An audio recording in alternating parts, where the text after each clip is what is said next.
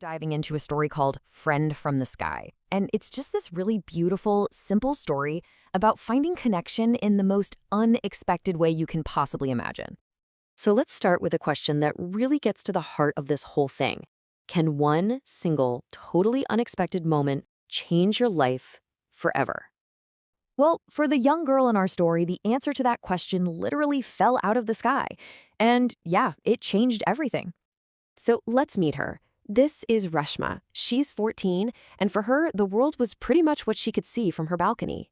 From her wheelchair, her favorite thing to do was just watch the other kids playing down in the park below.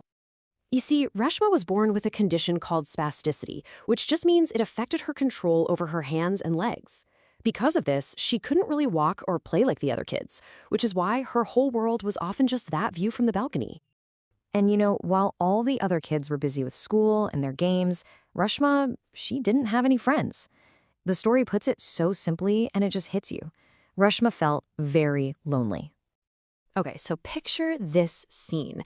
It's a cool, kind of windy evening. The kids down below are kicking this big red ball around, and as Reshma is watching, something new, something that just doesn't belong, suddenly shows up right in the middle of their game. At first, it just looks like, I don't know, a brown ball. The kids stop their game, they're all pointing at it, but then it moves. This was no ball. This thing, it had wings. And then, in a split second that changes everything, before anyone could even process what was happening, this creature flaps its wings, flies straight up, and lands right in Reshma's lap.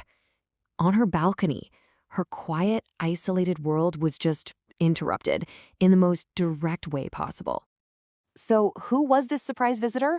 Well, it was a shoveler duck. Turns out, Reshma's mom figured it out from a book on Indian birds.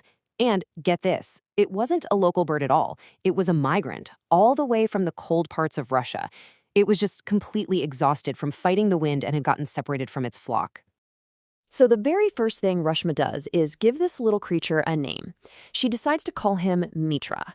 And the meaning behind that name is just perfect. It means friend. Caring for Mitra quickly turned into this whole community project. The neighborhood kids, the ones who had never really talked to Reshma before, they started coming over. And together, they figured out how to take care of their new friend. They were feeding him with an ink filler, making a little bed for him in a basket, and even reading this big book to learn everything they could about ducks.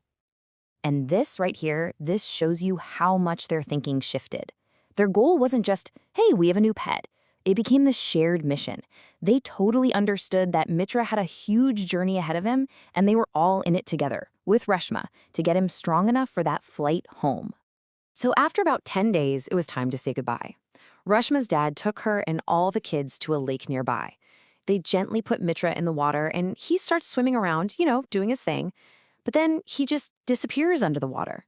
And for a second, everyone's heart just stops, until he pops right back up, totally triumphant, with a little fish in his beak. He was ready.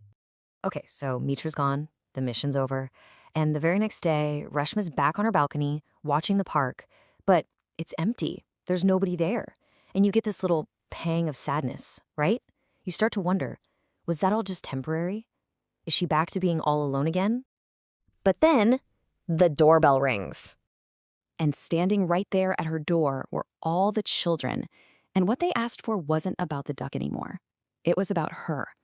They said, "Auntie, please send Reshma to play with us in the park. We'll bring her back safely in her wheelchair." The friend who literally fell from the sky had brought her a whole new world of friends right there on the ground. Mitra was the spark for a connection that was built to last. And as the story ends, we learn that Reshma never, ever had a reason to feel lonely again. And as we wrap this up, it just leaves you with this thought, right? Mitra's arrival was kind of a fluke, an accident of nature. But the kindness that followed from Reshma and then from all the other kids, that was a choice. It really makes you wonder, and this is our last question for you. What small, unexpected act of kindness has completely changed your world?